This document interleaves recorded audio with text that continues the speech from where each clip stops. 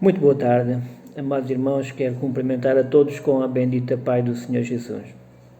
Nesta tarde quero ter o prazer de poder compartilhar convosco um pequeno texto da Palavra do Senhor. Mas antes de mais, quero também dar os parabéns a alguns de vós que hoje fazem anos e quero desde aqui mandar um grande abraço e que Deus vos abençoe. Muitos parabéns, muitas felicidades. Desejo para vocês um dia muito feliz. Mas agora, realmente, querendo também, devido à situação que nós estamos a passar, mas sempre podemos compartilhar uns com os outros a palavra do Senhor Jesus. E, de facto, neste tempo de confinamento, mesmo como não podemos estar juntos em celebração, nos cultos presenciais, mas nós podemos fazer uma coisa e devemos, neste tempo, aproveitar para fazer isto mesmo. Falarmos com Deus.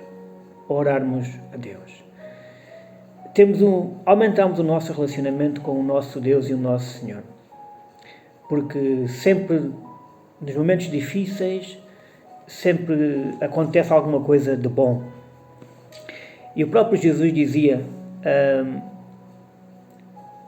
quando, acerca da oração, ele dizia em São Mateus capítulo 6, a partir do versículo 5, ele dizia: quando orardes,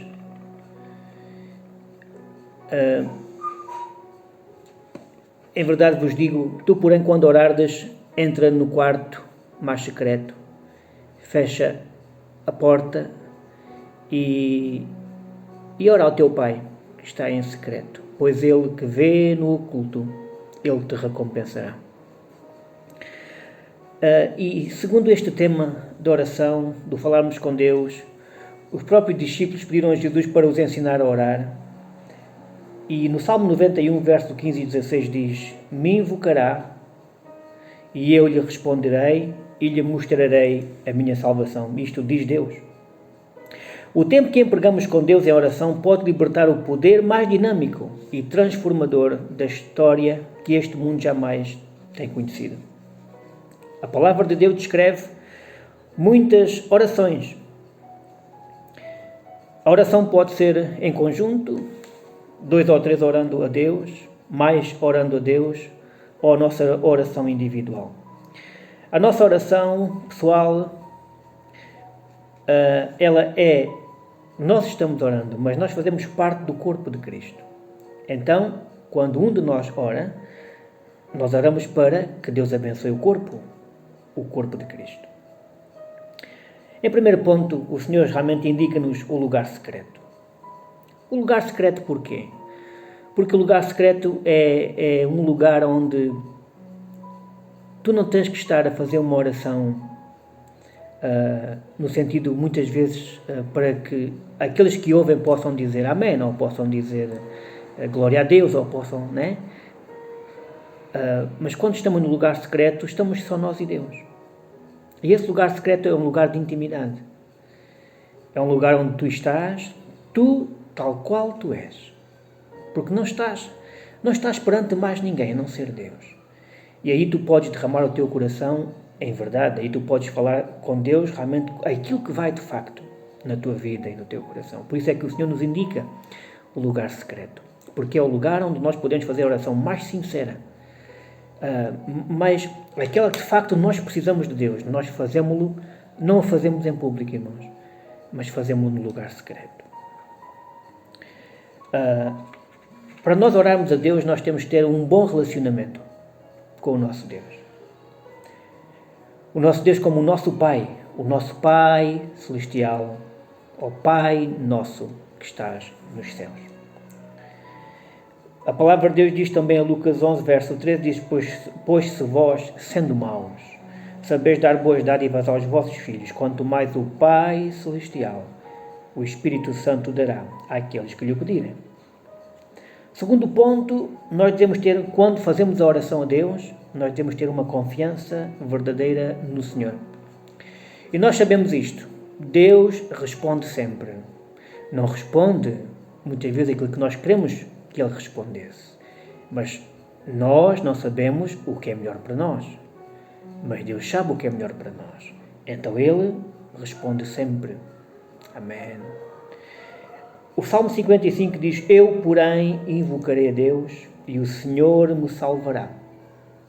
De tarde e de manhã e ao meio-dia orarei e clamarei e Ele ouvirá a minha voz. Quer dizer, este texto está afirmando que eu orarei a Deus. De manhã ao meio-dia orarei e clamarei e Ele ouvirá a minha voz. Meus amados irmãos, de facto, Deus quer ouvir a nossa voz. Deus quer ouvir aquilo que vai no nosso coração. Deus quer que nós tenhamos um relacionamento pessoal com Ele. Posso dizer também que há 5 mandamentos relacionados com a oração. O irmão já tinha ouvido falar. Primeiro, vigiai e orai sempre. Em Lucas 21, 36 a 38 diz: Vigiai, pois, em todo o tempo, orando para que sejais havidos por dignos de evitar todas estas coisas que hão de acontecer e estar em pé diante do Filho do Homem. E de dia, Jesus ensinava no templo e à noite saindo, ficava no monte chamado das Oliveiras e todo o povo ia ter com ele ao templo de manhã cedo para o ouvir. Jesus era aquele que vigiava, era aquele que orava ao Pai. Jesus era aquele que durante o dia ele estava ensinando as pessoas, mas à noite ele estava a sós com o Pai. Para quê? Para se fortalecer, para ficar em intimidade com Deus, para ficar realmente completamente disposto no sentido de saber o que é que deveria no dia seguinte fazer, aonde ir, como fazer. Ele sempre perguntava ao Pai. Porque o próprio Jesus dizia: Pai, não quero que seja feita a minha vontade, mas a tua. Então como é que nós podemos saber a vontade de Deus? Sabemos-la quando nós estamos em comunhão com Deus. Segundo mandamento, o primeiro é vigiar e orar sempre. O segundo, orai para que não entreis em tentação. Mateus 26, 41 diz: vigiai e orai para que não entreis em tentação. Na verdade, o espírito está pronto, mas a carne é fraca. Quantas vezes nós, irmãos, realmente temos vontade de fazer o bem, temos vontade de estar mais tempo com Deus, temos vontade de falar de Deus, no espírito nós estamos prontos, mas quantas vezes a nossa carne não nos deixa fazer isso mesmo? Como dizia o apóstolo Paulo: o bem que quero fazer não faço, mas o mal que não quero fazer, esse é que eu faço. Porque nós, meus irmãos, a nossa carne é fraca. Então devemos orar para que a nossa carne se enfraqueça e o nosso espírito realmente cresça diante de Deus e nós façamos a vontade de Deus. Terceiro ponto, orai por obreiros. Lucas 10, 2 diz: dizia-lhe Jesus: grande é em verdade a seara, mas os obreiros são poucos. Rogai, pois, ao Senhor da seara que envie obreiros para a sua seara. Meus irmãos, devemos orar para que Deus continue enviando pessoas chamadas por Deus, com um coração semelhante ao de Deus. Amém? E nós mesmos, qualquer um de nós, nos coloquemos diante de Deus dizendo: Senhor, como dizia realmente o profeta Isaías: Senhor, eis-me aqui, envia-me a mim. Meus irmãos, todos nós temos sido chamados no sentido de sermos comissionados, de sermos enviados, de sermos como gente convocada pelo próprio Deus. Obreiro quer dizer aquele que trabalha, aquele que se esforça, aquele que realmente quer agradar a Deus. Quarto ponto, orar pelos que estão em autoridade. Nós devemos orar, irmãos, de facto. Segundo a palavra de Deus, na primeira epístola a Timóteo, capítulo 2, verso 1 a 3, diz: admoesto-te, pois, antes de tudo, dizia Paulo a Timóteo, admoesto-te, pois, antes de tudo, que se façam deprecações, orações, intercessões e ações de graças por todos os homens, pelos reis e por todos os que estão em eminência, para que tenhamos uma vida quieta e sossegada, e em toda a piedade e honestidade, porque isto é bom e agradável diante de Deus, nosso Salvador.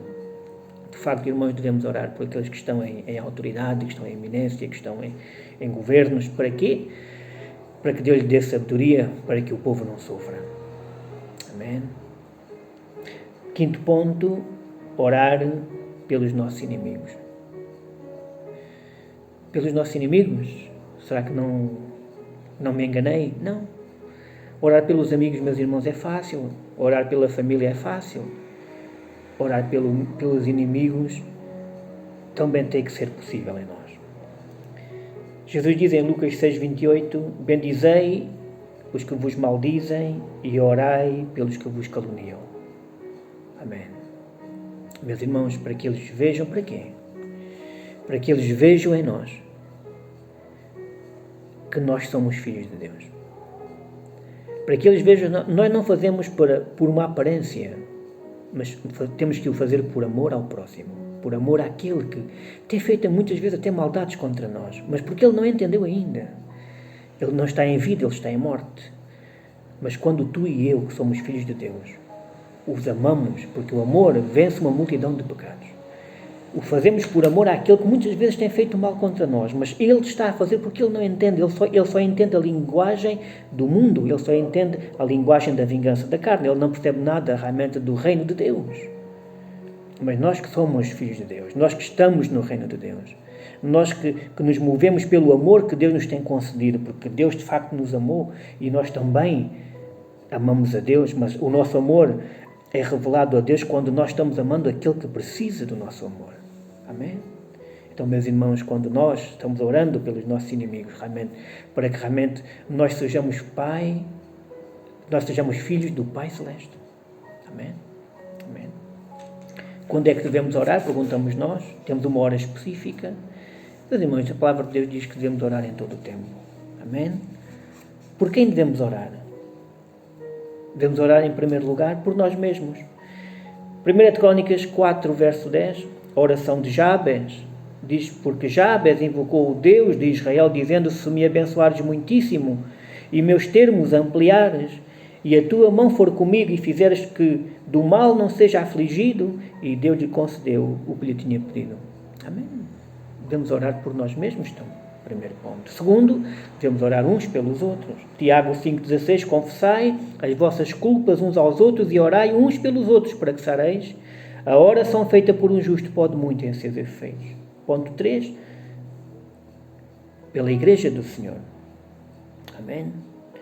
2 Tessalonicenses 3, verso 1 diz que, no demais, irmãos, rogai por nós, para que a palavra do Senhor tenha livre curso e seja glorificada, como também o é entre vós. Devemos orar por aqueles que estamos levando a palavra do Senhor. Amém? Devemos orar por aqueles que estão realmente também compartilhando as Escrituras, ensinando as Escrituras. Devemos orar, meus irmãos, para que Deus dê sabedoria a cada um. Devemos orar pelo ponto 4, devemos orar pelos enfermos e pelos desesperados. Em Tiago 5, verso 13 a 16 diz: está alguém entre vós aflito? Ora, está alguém contente? Cante louvores. Está alguém entre vós doente? Chama os presbíteros da igreja e orem sobre ele, ungindo com azeite, em nome do Senhor. E a oração da fé salvará o doente. E o Senhor o levantará, e se houver cometido pecados, ser-lhe-ão perdoados. Confessai as vossas culpas uns aos outros e orai uns pelos outros para que sareis. A oração feita por um justo pode muito em seus efeitos. Amém? Devemos orar, ponto 5, pelos que estão presos no pecado. Se alguém vir pecar o seu irmão, pecado que não é para a morte, orará, e Deus dará a vida àqueles que não pecarem para a morte. Há pecado para a morte, e por isso não digo que ora. Amém. Meus irmãos, nós, de facto, se há um poder tremendo quando a Igreja do Senhor ora, em duas pessoas, se há um poder tremendo quando duas pessoas se unem para orar, quanto mais, diz Atos 4:24, e ouvindo eles isto, unânimes, quer dizer, é unanimidade, em concordância, todos, a uma só voz, levantaram a voz a Deus e disseram: Senhor, Tu és o Deus que fizeste o céu e a terra, o mar e tudo o que neles há. Deus está chamando o seu povo hoje, meus irmãos, e tem estado a chamar neste tempo, de dificuldades, de pandemia, de confinamentos, de muitas pessoas que estão partindo à eternidade. Meus queridos, e muitos não têm ouvido, não têm realmente saído com fé em Jesus.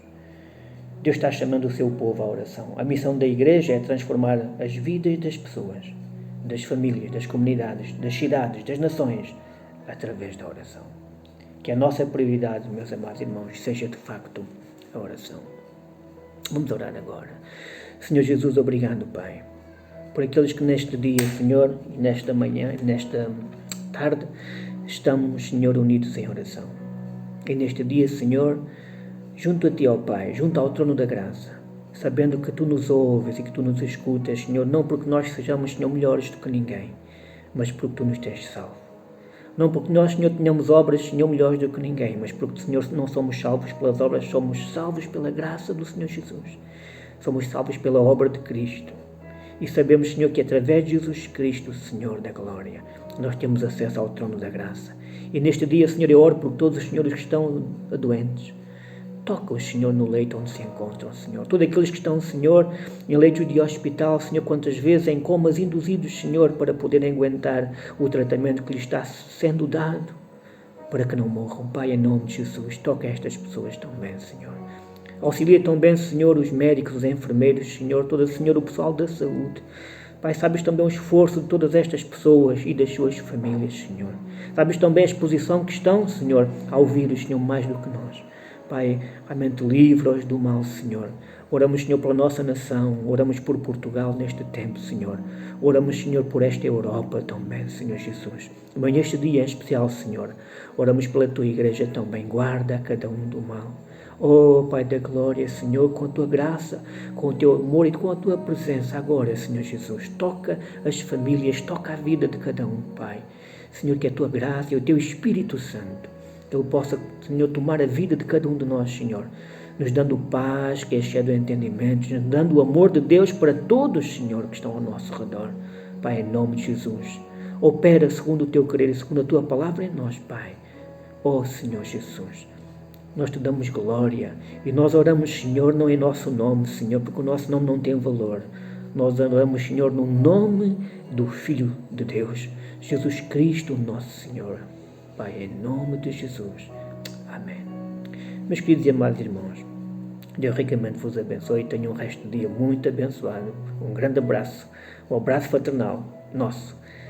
Deus vos abençoe.